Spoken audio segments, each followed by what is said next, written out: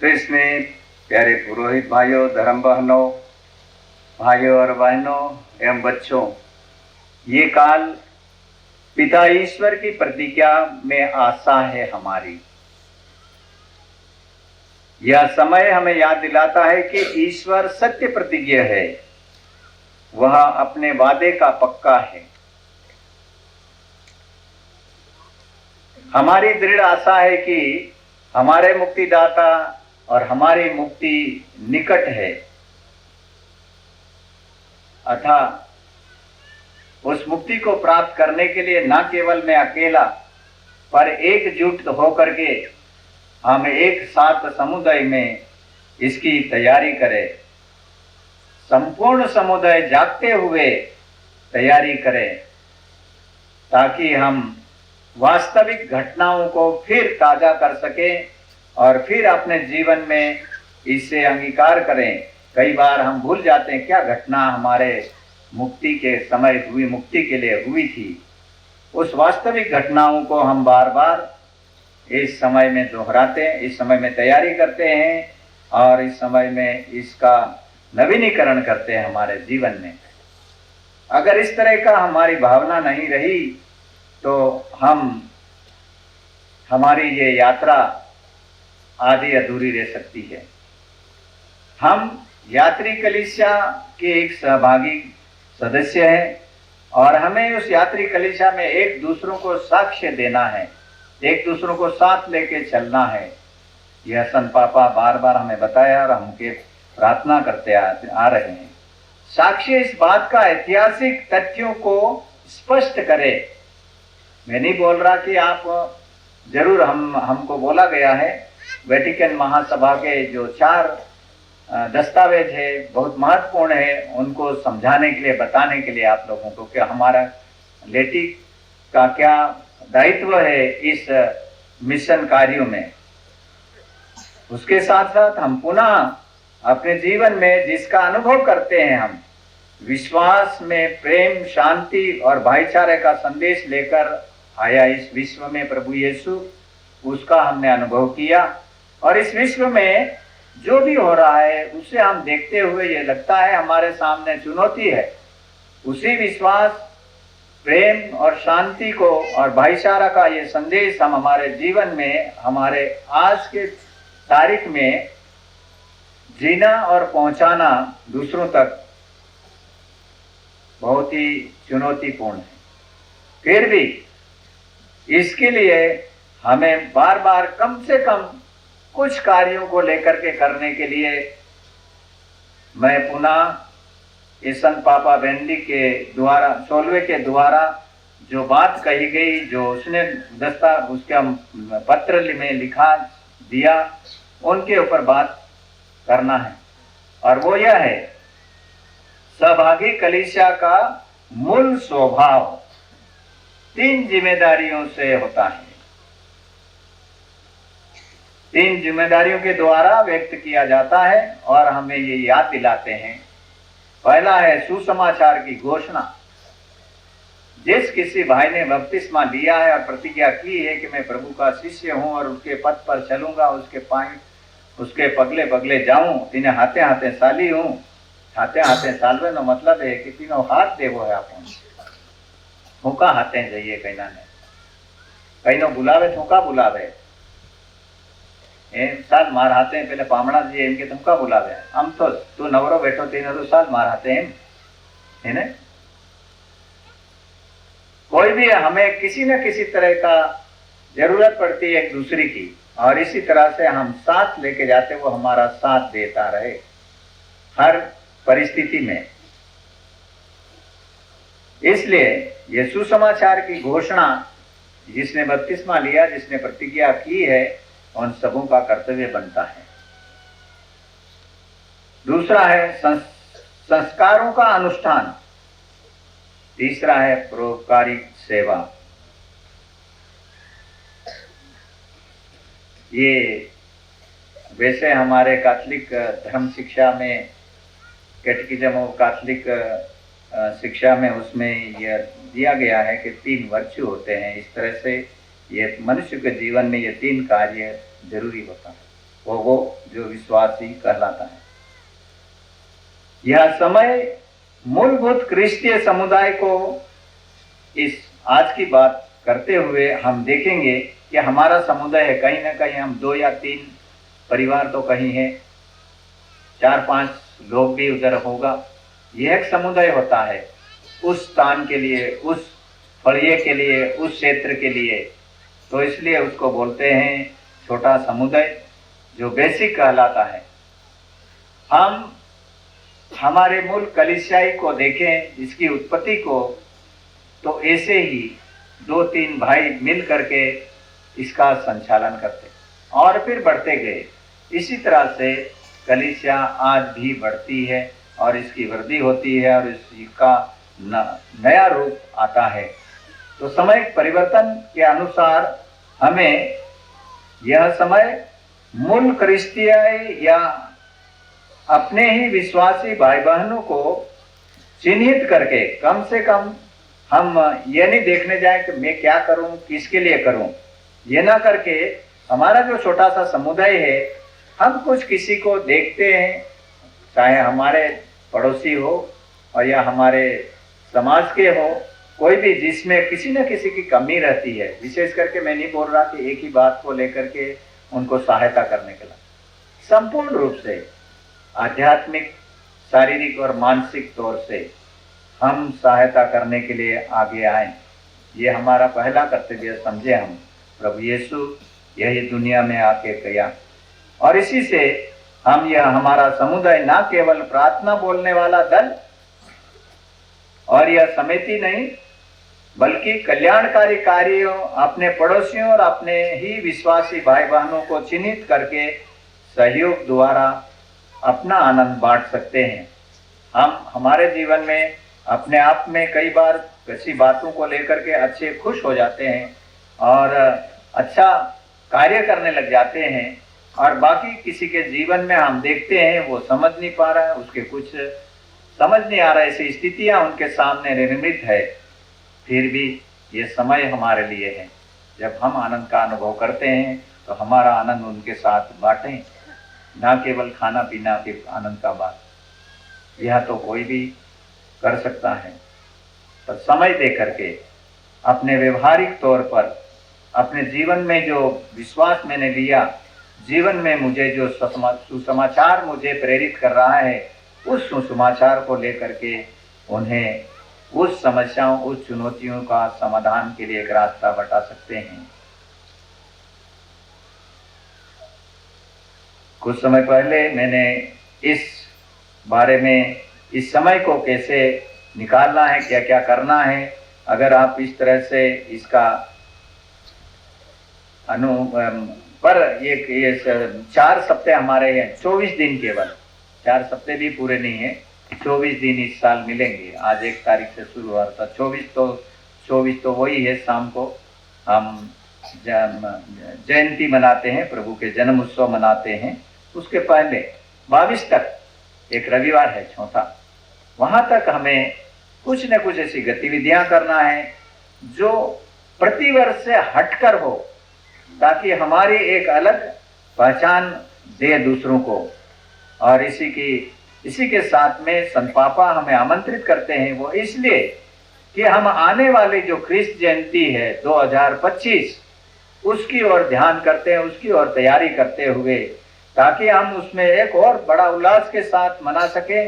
और कई भाई बहन जो इस कलीसिया में कहीं ना कहीं लंगड़े लूले हो गए हैं, किसी न किसी कमजोरी के शिकार हो गए हैं, उनको ढूंढ पाए और उनको एहसास दिला पाए कि प्रभु जो प्रतिज्ञा की है वो मेरे साथ है, हम आपके साथ है, हमारे साथ है, चाहे हम कैसी भी स्थिति में जीवन बिता रहे हों। ये एहसास कराने का संत पापा हमें आमंत्रित करते हैं। और मैं भी यह चाहता हूं कि ये एक अलग विशेष संदेश बने हमारे इसमें। तो ऐसे कार्यक्रम हमें तय करना है और उसको लेके इन सप्तों में हमें लागू करना है, सच जीवन में आत्मसात करना है और चरितार्थ करना है। इसके लिए प्रार्थना एक शक्तिशाली माध्यम है जो अभी भी हम सुसमाचार में किसी में अभी सुनते, इन दिनों में बार बार सुनेंगे, जागते रहो और प्रार्थना करते रहो ताकि तुम परीक्षा में ना गिर जाओ और तुम उन चुनौतियों के सामने खड़े होने के योग्य, अपना सिर ऊपर उठा करके उनका सामना के लिए करने के लिए तैयार हो सकें। इसमें प्यारे भाई बहनों, अगर हम यीशु के विश्वासी हैं, यीशु के अनुयायी हैं, तो चुनौतियां आना अनिवार्य है। परेशानियां, सब दुख तकलीफ आना, सतावट आना, ये अनिवार्य है और हमें खुशी से उसको लेना भी है, क्योंकि हम उसका साक्ष्य देने के लिए तो बने हैं, उस प्रभु के अनुयायी चल रहे उधर। हम ये प्रार्थना की बात हम करते हैं तो विशेष करके हमें ध्यान देना है कि ये एक प्रभावशाली एक साधन है हमारे पास। कम से कम प्रतिदिन की एक जो पारिवारिक प्रार्थना है, अगर उसे हम चूकते हो तो सामुदायिक प्रार्थना तो बहुत ही दूर की बात हो जाएगी। आप जब चर्च में आते हैं, वहां कोई प्रार्थना नहीं है आपके लिए, वो कोई दिन नहीं है कि आपने समझा मैं सामुदायिक प्रार्थना में भाग ले लिया। वो तो एक अनिवार्य दिन है हमारे लिए और वो संस्कार का दिन है। उस संस्कार को और उसके द्वारा उस संस्कार को भली भांति ग्रहण करने के लिए, उस दिन जो संदेश मिलता है उसको समझने के लिए, मनन चिंतन करने के लिए दिन है। फिर प्रार्थना करना जरूरी है, वहां पर करते हैं हर रोज, ताकि हम कोई हमारा भाई बहन कमजोर नहीं रह जाए ऐसा करके। पर जब हमारा छोटा समुदाय पारिवारिक जीवन में 2 से 4 सदस्य हैं, बैठ करके प्रार्थना नहीं कर सकते, तो आप ये बड़े समुदाय की जो इस तरह की भीड़ में आकर के कौन सा प्रेम और एकता दिखाने वाले हैं, कौन सी एकजुटता में भाग लेने वाले हो आप। हम आए हैं हमारे मनोरथ लेकर के, जरूरी है, हमने सुना है, हमारे लिए प्रचारित किया गया है। अगर हम कुछ नहीं बोलेंगे तो आप हम ये त्योहार कर रहे कि नहीं कर रहे ऐसे, पर हमको ये त्योहार करना है इस समय में, ऐसे करेंगे, कितने आप मुड़ोगे इधर। ऐसे ही हमारे रविवार मिसा बलिदान होती, हर दिन हमारे लिए वो रविवार है, हर रविवार हुक्म पर्व है, कितने हम उसको याद रखते हैं। किसी को जाते देखते तो भी कहेंगे अरे आज से मार मुंह फेर देख ली नहीं जबाए, हाँ अरे बात तू जई आव कहीं कहते भी इनकी दे नहीं मार तो पेलू लिखवानु आ बीजू ने आज से हम दिवाળી આવી गई हमने कई निकाल से विजय बने। ये स्थिति आज भी हमारे बीच में है, हम नहीं समझे उसका महत्व। संस्कार कितना महत्वपूर्ण है हमारे जीवन में, इसलिए माता मरियम हमारे लिए एक क्या बोलते हैं मॉडल है, वो हमारे लिए एक राह दिखाने वाली है। मानव मुक्ति कार्य में माता मरियम की अहम भूमिका रही है और इसको हम बार बार सुनना और सुनते रहेंगे ताकि कम से कम हमारे जीवन में ये बैठ जाए। पवित्र धर्म ग्रंथ बाइबल के अनुसार ईश्वर ने नाजरेत निवासी साधारण बाल कन्या को असाधारण कार्य के लिए चुन लिया। साधारण बाल कन्या, सिंपल गर्ल से बोलते हैं, पर एक्स्ट्रा ऑर्डिनरी वर्क, जो समझ के परे, इस तरह के कार्य के लिए उसे चुन लिया। जिस समय में वो अस्पष्ट स्थिति में छोटी सी कुटिया में थी, जब गाब्रिएल दूत संदेश देते हैं जो कि समझ के परे हैं। लूकस का अध्याय 1 वाक्यांश 28 में हम पढ़ते हैं, दूत 2 बार कहते हैं, प्रणाम प्रभु की कृपा पात्री, प्रभु आपके साथ है। और इसी घोषणा को जब जब हम एक प्रार्थना करते हैं उसी को करते रह रहे हैं। आज भी उसी को पूर्ति करने के लिए हम एक दूसरे का अभिवादन करते हैं। वैसे पवित्र बाइबल में माता मरियम बहुत कम अपना जीवन में ऐसा बढ़ चढ़ करके अपने अनुभव बांटे हो या बोली हो उसके लिए, या किसी को जवाब दिया हो या सवाल किया हो, इस तरह की बात हम उसके जीवन में सुनते पढ़ते हैं। धर्म ग्रंथ के अंतर्गत है, ये बाहर की बात नहीं है। यह नहीं था कि वो पढ़ी लिखी नहीं थी, हमें नहीं मालूम, वो पढ़ी लिखी नहीं थी ऐसा बोल नहीं सकते, क्योंकि वो अपने आप पढ़ लिया। अभी भी आपको कहीं ना कहीं सुना होगा, देखा होगा, यूट्यूब में बहुत सारे कार्यक्रम कहीं ना कहीं आप बहुत सारे उपयोग करते हो, मैं भी करता हूँ, कभी देख लेता हूँ कौन क्या परिवर्तित हो गया उसमें, तो साक्ष्य देते हैं। अभी की बात है, एक बहन को कुछ पढ़ी नहीं थी, कभी नहीं पढ़ी, पहले भी मैं एक बार बताया था, वो उधर पंजाब तरफ उधर की बात थी, कलकत्ता तरफ की, पर अभी है बॉम्बे तरफ की।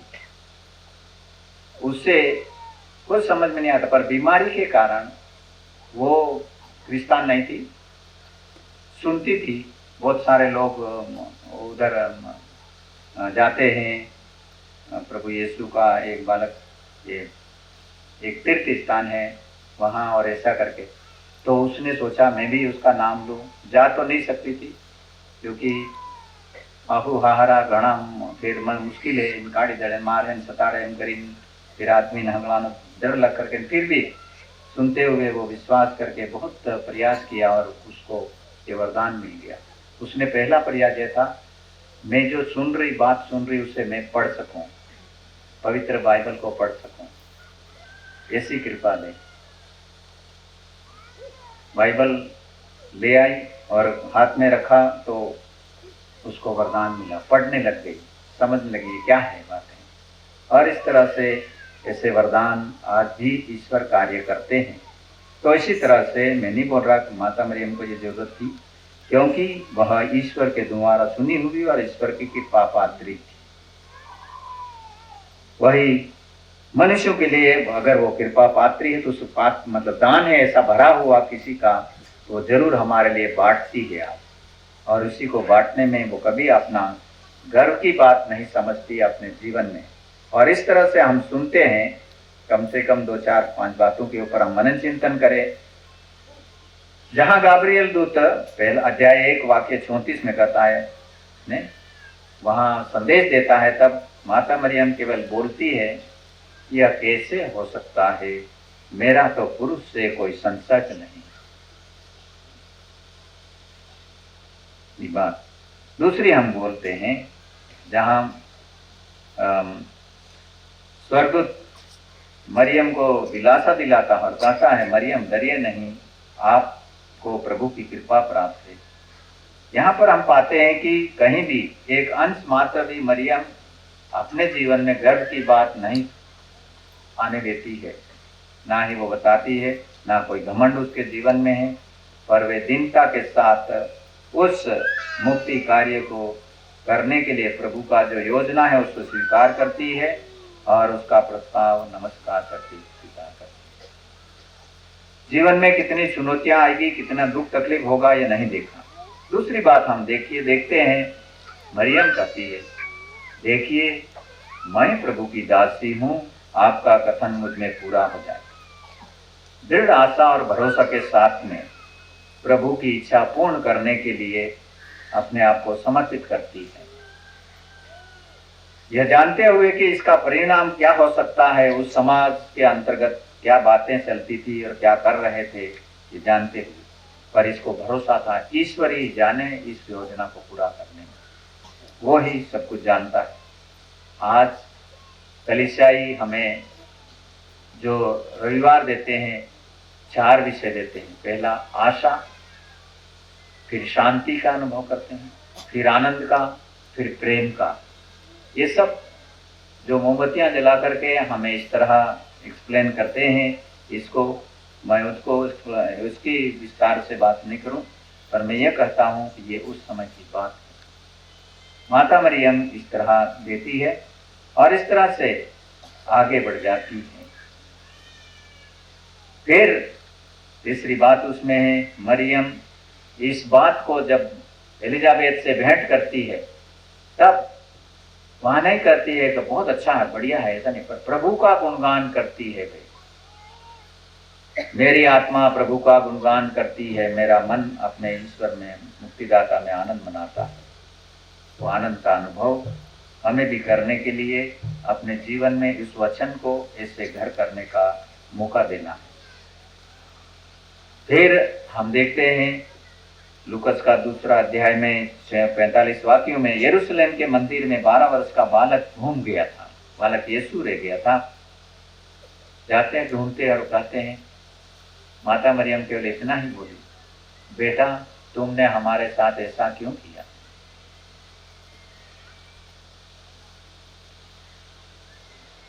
और एक पांचवी बात उसके जीवन में हम सीख सकते वो यह है, उन लोगों के पास अंगूरी न रह गई है।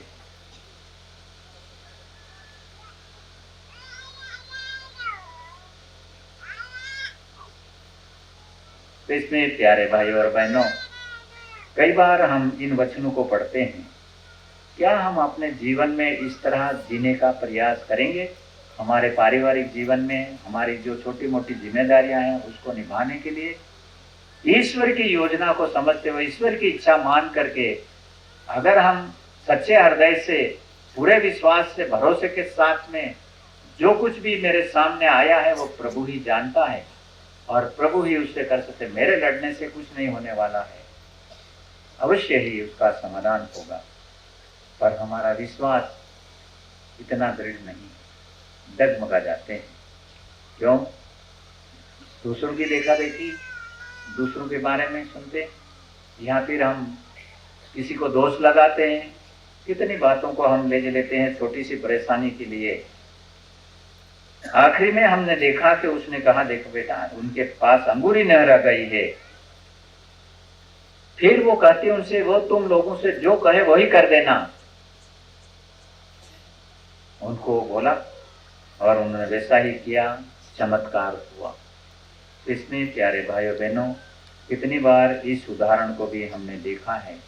मानवीय दया, मानव के प्रति संवेदना, मानव के प्रति इतना लगाव, इतनी चिंता मरियम रखती है। विशेष करके पारिवारिक जीवन के लिए आज भी ऐसे ही वो चिंतित है। आइए हम भी अगर उनका भक्त है, मरियम के भक्त है, मरियम के साथ रहना मांगते हैं, मरियम हमारे घर में रहे, मरियम मेरे जीवन में एक जीती जागती हो जाए, तो हमें इस पथ को अपनाना बहुत जरूरी है। अन्यथा हम आए यहाँ, हम अच्छा लगा, सुना हमने, गए वापस घर में, छोटी सी चिंगारी कुछ भी हो उससे बुझाने के बदले उसको बढ़ाया हमने। हमारे बोलने में, हमारे सोचने में, विशेष करके हमारे बच्चों के प्रति, हमारे पारिवारिक जनों के प्रति सबसे पहला हमारा कर्तव्य बनता है कि मेरा प्रेम भाव उनमें प्रकट हो, ताकि दूसरे मेरे पड़ोसी भी इसका अनुभव कर सकें।